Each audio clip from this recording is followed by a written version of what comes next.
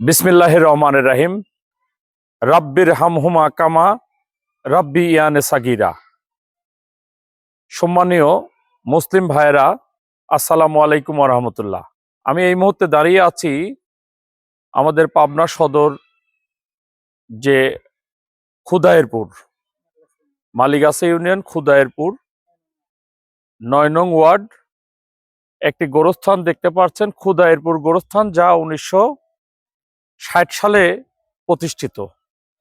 ১৯৬০ সালে প্রতিষ্ঠিত। এখানে একটি খুদায়েরপুর হাফিজিয়া মাদ্রাসা রয়েছেন, আপনারা দেখতে পাচ্ছেন, ১৯৬২ সালে প্রতিষ্ঠিত। সেই সাথে একটা প্রাথমিক বিদ্যালয় আছে, এটা ১৯৯৪ সালে প্রতিষ্ঠিত।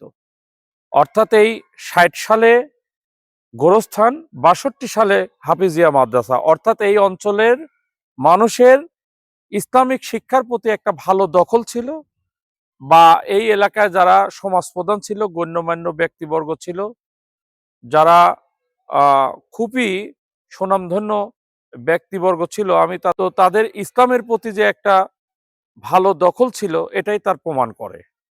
আজকে এই গোরস্থানটি মালিগাছা ইউনিয়নে হলেও হিমায়তপুর ইউনিয়নের নাজিরপুর ২ নং ওয়ার্ড, এখানে প্রায় ৮,৫০০ ভোটারের বসবাস।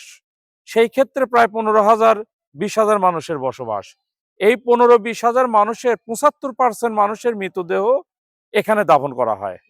সেই ক্ষেত্রে এখানে আমাদের কিন্তু দায় এড়ানোর কোনো সুযোগ নেই। এখানকার কর্তৃপক্ষ যারা আছে, কমিটির লোক, তারা অনেক দক্ষ এবং তারা কাজ করে ভালো। তা আমি আজকে গোরস্থানে আসছিলাম। গোরস্থানে এসে দেখলাম যে আমি নাজিরপুর, যারা এই ম্যানেজিং কমিটির সাথে জড়িত, টিকরি, নাজিরপুর, মালিগাছা, যারাই জড়িত আছেন, তাদেরকে অনুরোধ রাখবো, প্রয়োজনে আমরাও উন্নয়নমূলক কাজে শরিক হব। আপনারা যে কোনো সময় আমাদের ডাকবেন, আমরা যতটুকু পারি, যেভাবে পারি, আমরা সহযোগিতার হাত বাড়াবো।